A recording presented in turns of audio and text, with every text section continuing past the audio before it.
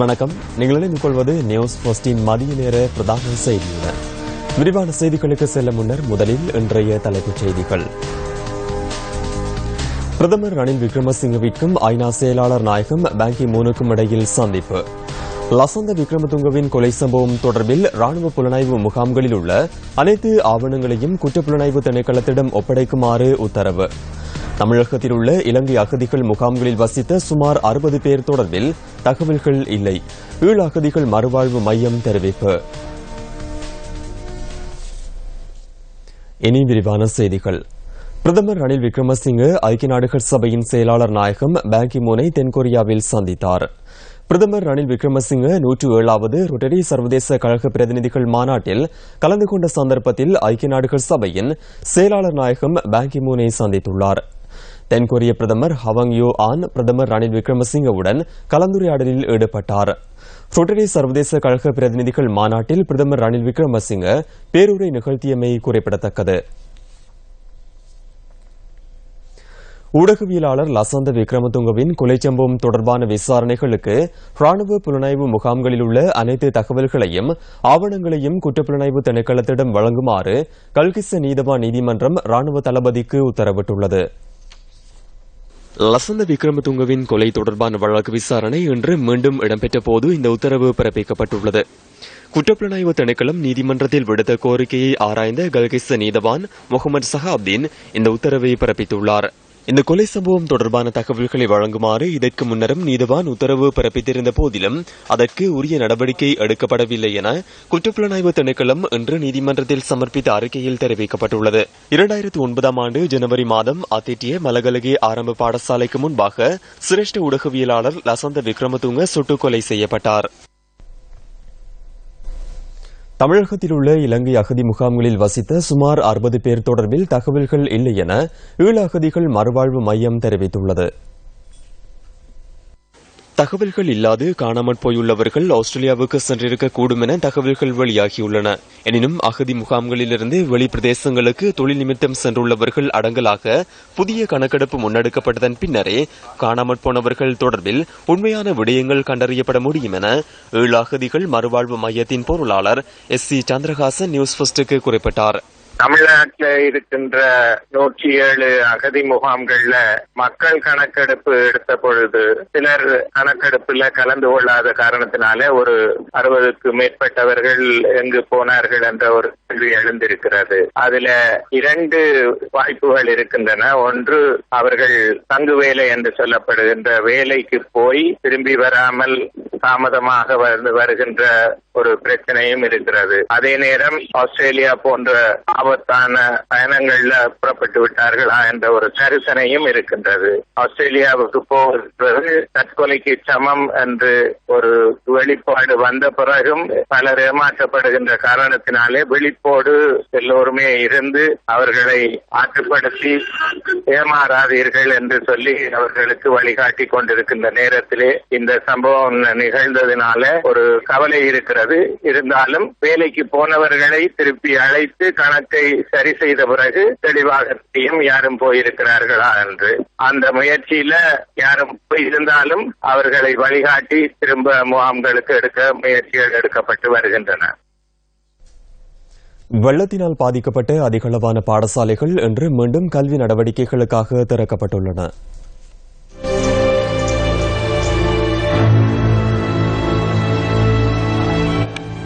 தற்காலிக முகாம்களாக செயற்பட்ட சில பாடசாலைகளை மீள திறப்பதில் சிக்கல் நிலை காணப்படுகின்றது. மேலும் பல பாடசாலைகளில் இன்னமும் வெள்ளம் தேங்கியுள்ளது.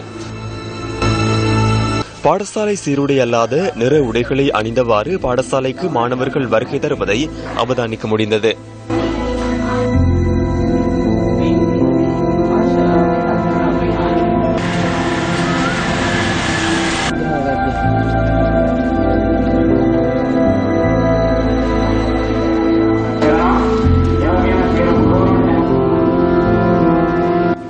வெள்ளத்தினால் பாதிக்கப்பட்டுள்ள வெள்ளம் பெற்றிய சேதவத்தை ஸ்ரீ சித்தார்த்த முன்பள்ளி பாடசாலை மாணவர்களுக்கு கல்லூரியின் உயர் வகுப்பறையில் கல்வி பயிலக்கூடிய வாய்ப்பு இன்று கிடைத்தது.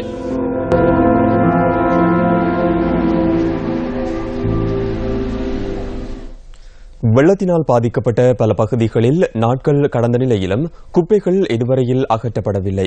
இது தொடர்பில் ஆராய்வதற்காக வெள்ளம்பிட்டிய பகுதிக்கு நியூஸ் ஃபர்ஸ்ட் குழுவினர் இன்று சென்றிருந்தனர்.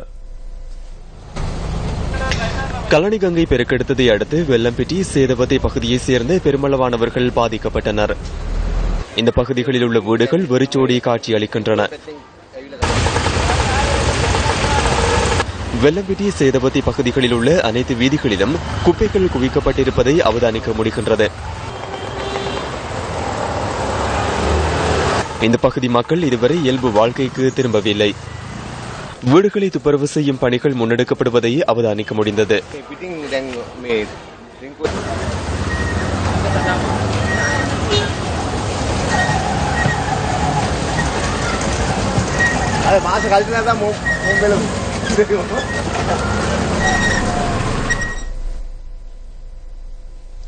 கண்டி ஹந்தான மலைத்தொடரின் ஒரு பகுதியில் மண் சரிவு அபாயம் ஏற்பட்டுள்ளதாக ஹந்தான மலைத்தொடரின் பாதுகாப்பு அமைப்பு குறிப்பிட்டுள்ளது.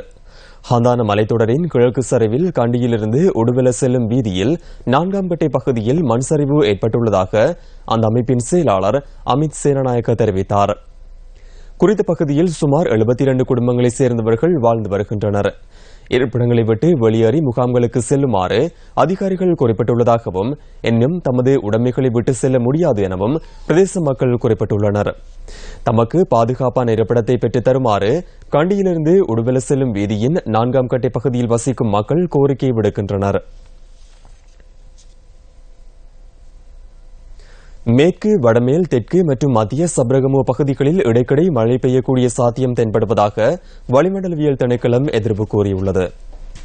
இன்றும் நாட்டின் அநேகமான மாகாணங்களில் மழை பெய்யக்கூடிய சாத்தியம் காணப்படுகின்றது. அதாவது மத்திய சப்ரகமுக, மேல், வடமேல் மற்றும் தென் மாகாணங்களில் அடிக்கடி மழை அல்லது இடியுடன் கூடிய மழை பெய்யக்கூடும்.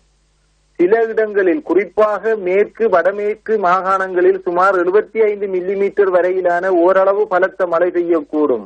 கிழக்கு மற்றும் ஊவா மாகாணங்களின் சில இடங்களில் பிற்பகல் 2 மணிக்கு பின்னர் மழை அல்லது இடியுடன் கூடிய மழை பெய்யக்கூடும். நாடு முழுவதிலும், குறிப்பாக மத்திய மலைப்பிரதேசத்தின் மேற்கு சரிவுகளிலும் நாட்டை சூழவுள்ள கடல் பிராந்தியங்களிலும் அடிக்கடி பலத்த காற்று வீசக்கூடும்.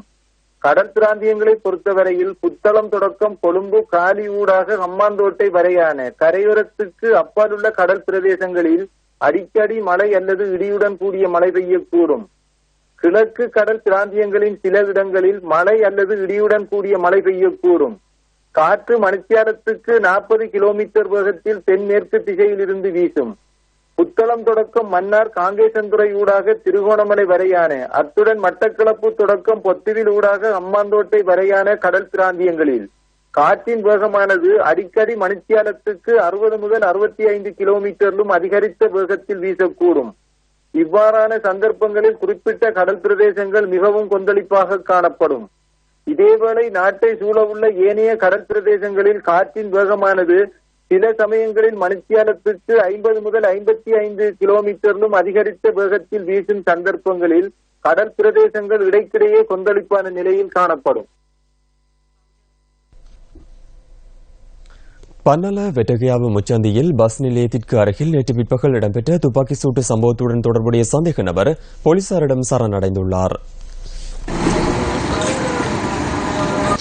குறித்த சந்தேக நபர் மாக்கந்துர பகுதியில் வசித்து வந்ததுடன் போலீசார் அவரிடம் விசாரணை மேற்கொண்டுள்ளனர்.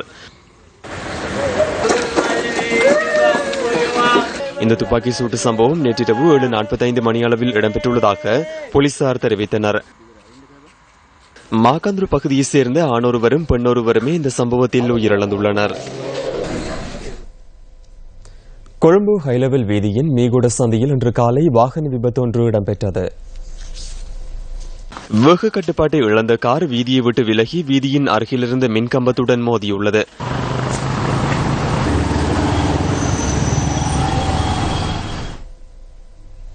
மேரிகம பொத்தைவேல பகுதியில் போலீசார் மேற்கொண்ட சுற்றி வளைப்பில் சட்டவிரோத மதுபான உற்பத்தியில் ஈடுபட்ட ஒருவர் கைது செய்யப்பட்டுள்ளார். போலீசாருக்கு கிடைத்த தகவலுக்கு அமைய இந்த சுற்றி வளைப்பு நடவடிக்கை முன்னெடுக்கப்பட்டுள்ளது. சிறிய வீடொன்றில் இந்த மதுபான உற்பத்தி மேற்கொள்ளப்பட்டு வந்துள்ளது. இந்த சுற்றிவளைப்பில் 10 பேரல் கோடா உள்ளிட்ட உபகரணங்கள் சிலவும் போலீசாரால் கைப்பற்றப்பட்டுள்ளன. இந்த சம்பவத்துடன் தொடர்புடைய சந்தேக நபர் கைது செய்யப்பட்டுள்ளதுடன் இன்று நீதிமன்றத்தில் ஆஜர்படுத்த நடவடிக்கை எடுக்கப்பட்டுள்ளது. இத்துடன் நியூஸ் போஸ்டின் மதிய நேர பிரதான செய்தி நிறைவு பெறுகின்றது. மீண்டும் சந்திக்கலாம் நியூஸ் போஸ்டின் 2:25 மணித்தியால செய்தியில். வணக்கம்.